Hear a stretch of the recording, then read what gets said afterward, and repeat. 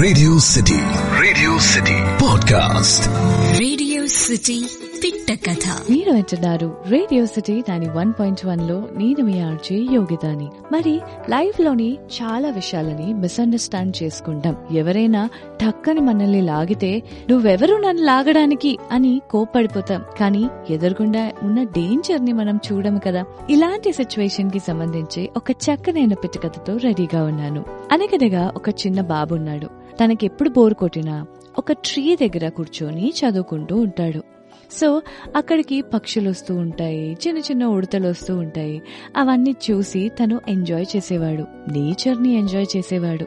So ఈ అబ్బాయి ఒకసారి కూర్చొని బుక్ చదువుతుండగా తన ఫ్రెండ్స్ ఏం చేశారు అంటే ఒక వల వేశారు. ఆ వలలో ఒక పక్షి చిక్కుకున్నది. ఆ పక్షి పాపం చాలా కష్టపడుతుంది వల నుంచి బయటకు రావడానికి అన్నది గమనించి ఈ అబ్బాయి ఆ పక్షికి హెల్ప్ చేశాడు. ఆ పక్షిని నెట్ లోంచి తీసి తన్ని ఫ్రీ చేశాడు. ఫ్రీ చేసిన తర్వాత థ్యాంక్ యూ చెప్పి ఆ పక్షి వెళ్ళిపోయింది. థ్యాంక్ యూ ఎలా చెప్పింది అనుకుంటున్నారు? పక్కనున్న ఒక పువ్వుని తీసుకొచ్చి ఆ అబ్బాయి ఒళ్ళో వేసి వెళ్ళిపోయింది. అలాగే రోజు ఆ ట్రీ కింద కూర్చొని చదువుకుంటూ ఉండేవాడు. ఒక రోజు ఏమైందంటే ఆ బాబు కూర్చున్న దగ్గర ఒక డేంజర్ ఉంది. ఆ డేంజర్ ని ఆ బాబు గమనించలేదు. కాని ఆ చెట్టు మీద ఒక పిట్ట వాలింది. ఆ పిట్ట ఏ పిట్ట? ఈ బాబు కాపాడిన బర్డ్ అన్నమాట. సో ఆ ప్రమాదాన్ని ఆ పిట్ట అబ్జర్వ్ చేసింది. ఈ బాబు మాత్రం సీరియస్ గా బుక్ చదువుకుంటున్నాడు. ఆ సమయంలో ఆ పిట్ట ఆ బాబు బుక్ ని లాగేసింది. అప్పుడు వెంటనే ఆ బాబు కోపంగా, నిన్ను డేంజర్ నుంచి కాపాడాను, నువ్వు వలలో చిక్కుకుంటే నిన్ను కాపాడి నిన్ను బయటికి తీశాను, కానీ నువ్వు కనీసం గ్రాటిట్యూడ్ లేకుండా నేను చదువుకుంటుంటే ఇంత మిస్చిఫ్ చేస్తావా, ఇంత నాటీగా బిహేవ్ చేస్తావా అని చెప్పి పక్కనున్న రాయితోని ఆ పక్షిని కొట్టడానికి ప్రయత్నించాడు.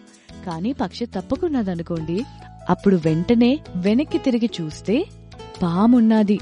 ఆ పాముని ఆ బాబు గమనించలేదు, కానీ ఆ పక్షి గమనించింది.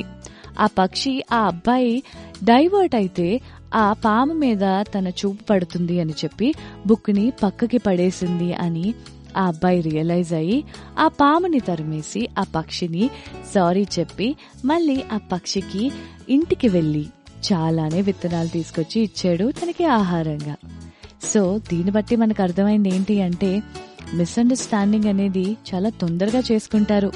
అది ఒక మనిషిని అర్థం చేసుకోవాలి, పక్షి మనస్తత్వాన్ని అర్థం చేసుకోవాలి అంటే కాస్త టైం పడుతుంది.